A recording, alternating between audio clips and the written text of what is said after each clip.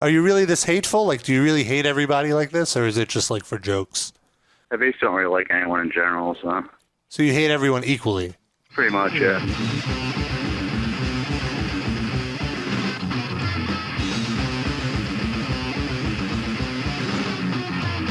We don't care if everyone likes us, and we hate everyone who likes us.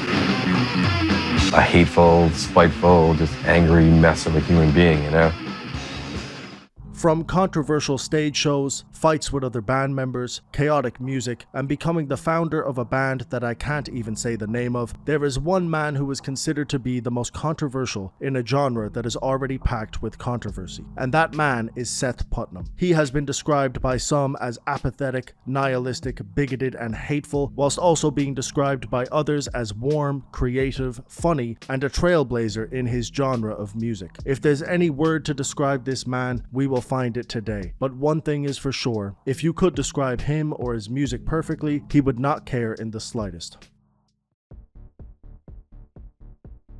Seth Putnam was born in 1968 in Newton, Massachusetts, to an English father and an Irish mother who divorced when he was very young. It's hard to find information about his childhood as he barely answers any questions seriously and doesn't seem to talk about his upbringing all that much, but what we do know is that he was quite intelligent from an early age and actually skipped a grade because of this. Sometimes he would tutor other students around him, but this was short-lived, and by the time he was a teenager, he was mentally checked out from school. His attitude towards his studies soured as his grades began to suffer, and this was in part because he attended a Catholic school, and as he began to stray from the religion he was raised into, he also started to despise the staff of the school, who were mostly nuns. He apparently got into a number of physical fights with these nuns, and has stated in the past that the reason he has become so cynical is because of how much he hated them and the school he attended. Regardless of these fights and his general apathy towards his education, he managed to graduate from Newton North High School in 1985. An interesting side note is that he actually graduated in the same year as Louis C.K. and Matt LeBlanc. I actually found them only a few pages apart in their high school yearbook. Safe to say they went on to achieve 3 very different types of recognition. But I digress. Despite graduation, he had no interest in college or university. He did, however, have some interest in music. Again, it's hard to pin down his exact influences, but in an interview he was asked what albums he would take with him on a desert island, and he gave an array of answers, from Negative Approach to Sid Vicious all the way to the Village People. His friend and fellow musician Kevin Sharp called him an encyclopedia of music, and it seemed like even though he could be considered quite close-minded to those around him, he was quite open-minded when it came to the music that he listened to. Still, he gravitated towards the heavier genres, and in the early days he was a roadie for the thrash metal band Executioner. After a number of members left the band, he joined the group as their bass player, and performed a number of shows with them between the years of 1986 and 1988. But it was in 1988 when he left the group and created a new band of his own. According to his friend and collaborator Tim Morse, it was normal for Seth to randomly create a band, make one demo, do one show, and then essentially call it a day. Throughout much of his late teens and early 20s, this was the exact formula that he followed, and he was deliberately creating these dissolvable bands that were essentially gone as quick as they were created. However, one day, somebody Seth was having a conversation with started talking about a band that they were in and how they were going to be having a show soon. In a moment of random chaos, Putnam decided that he was also in a band, which was not true at the time. He lied to this person and made up the most offensive name he could possibly think of. The band are often referred to as AXCX or just AC, which is actually the name that they use on multiple album covers and interviews, so that's what I'm going to refer to them as in this video. But the full name is 2 4-letter words that YouTube probably wouldn't be a fan of. You can fill in the blanks yourself pretty easily, but what's more important to understand is that Putnam had just made this name up out of nowhere in a random conversation in 1988, and all he had was the name. So he quickly had to find 2 other members. He asked the previously mentioned Tim Morse to be the drummer, and his friend Mike Mahon to be the guitarist. These were the original members of AC, and their first show was a strange one. It was a rehearsal of sorts in front of Seth's family, specifically his 2 brothers, his mother, and his grandmother. Safe to say they were not huge fans, and it didn't seem like the band were going to last that long. It seemed like Seth's original plan of one demo and one proper show would be realized, and the band would simply fade away. They did eventually do a show for Brandeis University Radio and recorded a 4-song demo in Seth's basement, but this project was never released or mixed, and to this day it's never come to light. It's possible they felt this demo was so bad they needed to make something better before they called it a day, or that it had a lot more potential than they originally thought and it made sense to go on. But either way, the band did decide to continue. They played a few random shows in warehouses and the small venues that would take them, and they even tried to do a makeshift US tour in the same year that they started. By all accounts, this was not the sound of a band that were going to quit, and in 1989 they released the 88-song EP, and later that year they released the 5,643-song EP.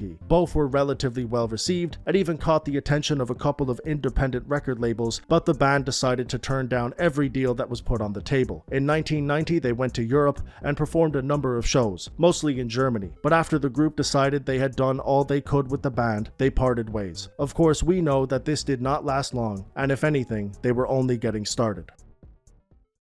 Now, the gathering audience may not all be aware of what awaits them when AC starts playing. Here, Seth carries in a breeze block, which he fully intends to use, as well as pieces of wood. Before the band starts, singing, there's an appeal to the audience. Before we start, they all want to fight us or...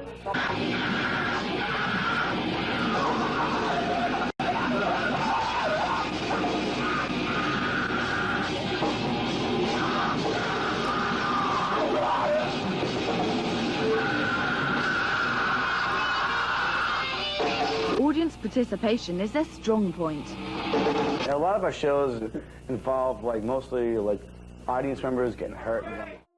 When the band originally broke up, Putnam went back to creating and dissolving random bands, playing 1 or 2 shows for other groups and recording the occasional demo. But nothing was really sticking, and it may have been for this reason that Putnam and Tim Morse decided to reform the band on its 3-year anniversary. Mike Mahan did not rejoin the band, and Fred Ordentz took his place, who joined Seth on another makeshift European tour. Tim Morse pulled out of this tour right before they were going to embark on it, and they decided to replace him with not 1, but 2 drummers who would play on the same set at the same time. Putnam and Ordentz spent the majority of these shows fighting the small crowds that they attracted, something that would become quite normal at an AC show. So much so that it actually got Putnam in quite a bit of trouble in 1993. The band were playing a show in San Francisco when Seth Putnam allegedly attacked a crowd member named Elizabeth Quigley, who had tried to grab his microphone. They ended up having a lengthy enough argument and AC were kicked out of the venue. Soon after this, Seth Putnam was arrested and spent the night in a jail cell. Later that year, Quigley sued Putnam for assault, and after losing the court battle, he was ordered to pay $1,200 to her. You can actually find a video of this show and the incident in question on YouTube, and AC actually released a 7-inch recording of the show that was fittingly called Breaking the Law. It's fair to say that 1993 was shaping up to be a confusing but formative year for the band. From fights to arrests to a confusing lineup that was constantly changing. Even for a band as chaotic as AC, they needed some kind of stability, and luckily, one of the record labels that showed interest in the band a few years prior were still interested in signing them. This was Earache Records, an independent label that was based in the UK. They knew how much trouble Putnam and his band could be, but decided to sign them regardless, and it was probably because of one project in particular, an EP known as Morbid Florist. It was released in September of 1993, and when I read about people's reactions to the band, they constantly referenced this EP as one of their best ever projects. After signing with Earache, AC quickly got to work, and in May of 1994, they released their debut studio album, Everyone Should Be Killed, a 58-track project that featured songs such as I'm Wicked Underground. When I think of true punk bands, I think of Nirvana and the Melvins. Our band is wicked sick. MTV is my source for new music. Song titles are fucking stupid. You must be wicked underground if you own this. Abomination of unnecessarily augmented composition monikers. Song number 3, which is the 52nd song on the album. Song number 6, which is the 57th song on the album. And of course, having to make up song titles sucks. Regardless of the thrown together titles, this album was received well, and because of this, AC embarked on a tour and did a considerable amount of shows in 1994. There's almost 50 shows registered on setlist.com across multiple different countries, but it's entirely possible that they did a lot more than this. The album was also quite defining because of the genre. It's hard to simply put AC next to one style of music. They have been described as noisecore, noise grind, hardcore, and anti-music, but generally they go down in the history books as a grindcore band. This album and their next one, Top 40 Hits, are labeled under that genre, although the band would definitely continue to experiment. On Top 40 Hits, they stayed true to the name and uncharacteristically covered some songs like Staying Alive by the Bee Gees, the Pina Colada song by Rupert Holmes, and I'm Still Standing by Elton John. Check it out. I'm still standing. I'm still standing. That's it. That's the entire cover. But they had some full covers on the album as well. After this was released, they released 40 More Reasons to Hate Us in 1996, and from this point, the story about Seth Putnam and AC gets pretty chaotic. They were a fully established band at this point, with a fan base, numerous albums, and a record label behind them. The band that was supposed to record one demo was now almost 10 years deep into their musical endeavors, and the next few years were packed with even more insane stories. The mid-90s to early 2000s were a bizarre but fairly successful time for AC and Seth Putnam. It's hard to make a cohesive timeline of events because of the scattered nature of the band, but there are a few stories that define this era pretty well. A big one is the fact that in 1996, Seth Putnam was found somewhere that fans probably did not expect: a Grammy-nominated, chart-topping album. This was Pantera's album, The Great Southern Trendkill. Putnam was asked to do backing vocals on 4 different songs, making him one of the most consistent collaborators on the project. The album sold millions of copies worldwide, and all of a sudden Seth Putnam found himself on stage in actual arenas performing with Pantera. It was probably the biggest thing he contributed to musically, but by all accounts he still disliked most of the so-called popular musicians he came by. An example of this happened around the same time when members of AC were attending a 6 Feet Under gig to look for a new drummer. Seth Putnam and AC's guitarist at the time, Josh Martin, heckled the band while they were playing. Specifically Chris Barnes, who was the co-founder of Cannibal Corpse and their lead vocalist until he left due to creative differences. Putnam reminded him of this by shouting, "Ha ha, you got kicked out of Cannibal Corpse," in his general direction, amongst other obscenities. Putnam himself has stated that Chris Barnes told him to meet him outside, which he said yes to, but while he was walking outside, he got jumped by some of Chris Barnes' clique. There are a few different accounts of this night, but the general idea is that the pair did not like each other. Putnam later said he actually liked some of 6 Feet Under's music, but despite this rare bit of praise, Chris Barnes and 6 Feet Under did not interact with Putnam any further. Some people have even said that they avoided playing in the same areas as AC because of this confrontation. Either way, these stories were adding up. From making music with a globally successful band to fighting other members of the scene, Putnam had established himself as a well-known member of his community, for better or for worse. In 1997, AC released the cheerfully named album I Like It When You Die, which featured songs such as Recycling is Gay, Pottery's Gay, and Wind Chimes are gay. He did an interview with Chronicles of Chaos about these song titles and the general theme of the album. In it, he said the following: "For the first time with the last record, all of the lyrics are written about the song titles, so all of the music is mean and angry towards all groups of people. It is totally against everybody, and I don't think we missed any one type of person. Basically, we badmouthed everybody." This is the general approach that Putnam took with his songwriting and music. He wrote bigoted, often mean-spirited lyrics, but justified them by saying that nobody was off limits, and he hated everybody equally. In another interview he said, "I hate music and can't live without it at the same time. It is not a very easy answer. I basically like every kind of music, but a very small amount of each genre." If you take the approach he had towards music and apply it to people, you can get some kind of rationale to his thinking. He hated most people, but liked a certain few, and he seemed to have that mindset with everything. Also, in that same interview, he was asked, "What do you think of postmodernism as a philosophy and as a basis for art and music?" And he responded with, "I think you were wearing a beret when you typed that question." In 1997, AC made what can only be described as an interesting album. It was called Picnic of Love. It's hard to explain this album in a few words, so I'll just show you a snippet of it. I respect your feelings as a woman.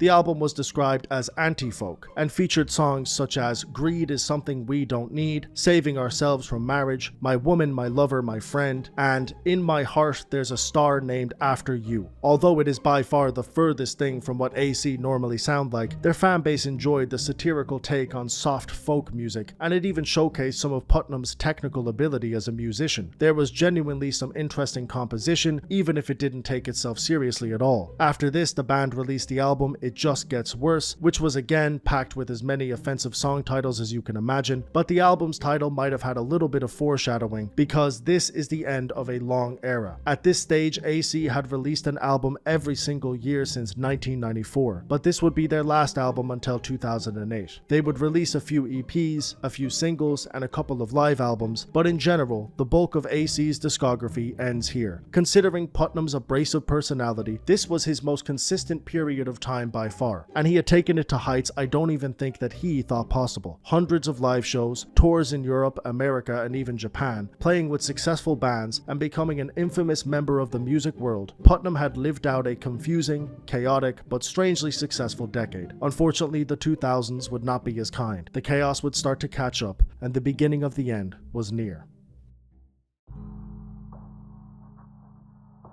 In the early 2000s, AC weren't as active. They did less live shows, only released a few EPs, and generally weren't as public as they used to be. However, Putnam was still active in the music space. He was a part of a noise and jazz band called Death's Hand Quartet that had a few releases from 2001 to 2003. Around the same time, he released another project with a band he helped create called Angry Hate, and he briefly played drums with another group known as Adolf Satan in 2002. But a lot of these bands simply came and went, as they always did. Putnam's life seemingly was falling into disarray, or at the very least it was even more chaotic than usual. He actually got married in 1998 to a woman named Alison Dunn, but this relationship was short-lived, and in June of 2001, less than 3 years later, they got a divorce. Between this happening, AC being relatively inactive, and Putnam partying more than usual, it's fair to say that this was going to catch up with him eventually, and that's exactly what happened in 2004 when Putnam fell into a drug-induced coma after he had taken a cocktail of narcotics that included things like alcohol, coke, and 2 months worth of sleeping pills. His friends had said that he was showing signs of wanting his life to end, and that he had been spiraling for years now. Luckily, Putnam was able to wake up from this coma, and in the first interview he gave, he answered an all-important question. You see, in the album mentioned previously, I Like It When You Die, there was a song on there that aged in quite an interesting fashion. It was track 38 and was called You're in a Coma. The song, of course, made fun of people in a vegetative state, but almost 7 years later, the song came full circle, when Putnam himself fell into his coma. You may have expected him to feel some kind of karmic justice because of this. He was partially paralyzed for quite some time, had nerve damage, and there was a moment where they thought they were going to pull the plug on him until his mother intervened. He had felt the full effects of a coma, and you might think that he had changed his tune just a little bit. But if you're starting to understand this man, you know better, and that was certainly not the case. He did an interview with the Boston Phoenix a few months later where he said the following about being in a coma. Actually, it turns out it was just as gay as the song I wrote 9 years ago. Being in a coma was just as stupid as I wrote it was. To top it off, he did a show around this time, and one of the first songs AC played was in fact You're in a Coma. So by all accounts, it seemed like he was taking his life-threatening medical issue quite well. But actually, these interviews and shows don't really tell the full story. You see, after this coma happened, people around Seth started to notice a difference. They commented on the fact that he had changed a little bit. AC had gotten back together and were in full swing again. He got married for a second time a few years after his coma, and generally he was described as being more patient and easier to be around. He was still pretty insane, but that insanity was mostly contained to the venues he performed at. In his personal life, it seemed like he had slowed down for the better. AC released the album 110 Song CD in 2008, an album that actually featured the original 3 members of the band. A couple years later, they released the album Fucking A, which was a parody of bands like Motley Crue and Buck Cherry. Putnam also intended to release another project and go on tour again. There's an interview you can find on the website Metal Storm where he says 2011 will be a big year. He then goes on to list all the projects he has been working on. He seemed to have some genuine excitement for the year, and maybe it had the potential to be their biggest yet. But we'll never know for sure, because on the 11th of June 2011, Seth Putnam died at the age of 43 in his his hometown of Newton from a suspected heart attack. Seth had almost died multiple times at this stage, and there probably wasn't much surprise that this had happened. He had taken every single drug in the book, fell into a serious coma, and had a general apathy towards life that was bound to catch up with him sooner rather than later. But strangely, even though the writing was on the wall, some people were actually a little bit surprised that Seth had passed away. By all accounts, he seemed to be doing relatively well. I think if he had passed in 2004, it wouldn't have caught anybody off guard, but 7 years later, it elicited a different reaction. In that same interview I mentioned earlier, he seemed strangely cheery, and that wasn't just because he was excited for 2011. He also said the following: "I'm slightly gentler, I guess, but I still hate tons of people. My health and attitude has been in the best shape ever. The older Seth Putnam used to be the biggest asshole in the world, but more recently, people seem to enjoy me more, probably since the coma." With this in mind, it's not surprising that people did miss Seth after he passed away. They wrote oddly positive things about the man and reflected on their time with him as a musician and a person. AC obviously did not continue. He was the only constant member of the band, and it made no sense to go on. But people still talk about the band as an influential group and an important part of grindcore history. It's interesting that Seth Putnam spent his whole life being apathetic and claiming he didn't care about anything, but the one thing he clearly cared about was AC. He expressed regret for breaking up the band so much, he was excited about future releases, and he seemed to take genuine interest in the work he was doing. A band he created as a joke had become the biggest thing in his life. It was a name he created out of nowhere to try and showcase how little he cared, and in the end, it was the thing he ended up caring about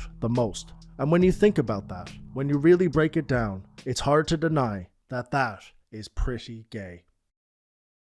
Now, apparently you're a legend. What does it take to become a legend? I don't know, just being an asshole.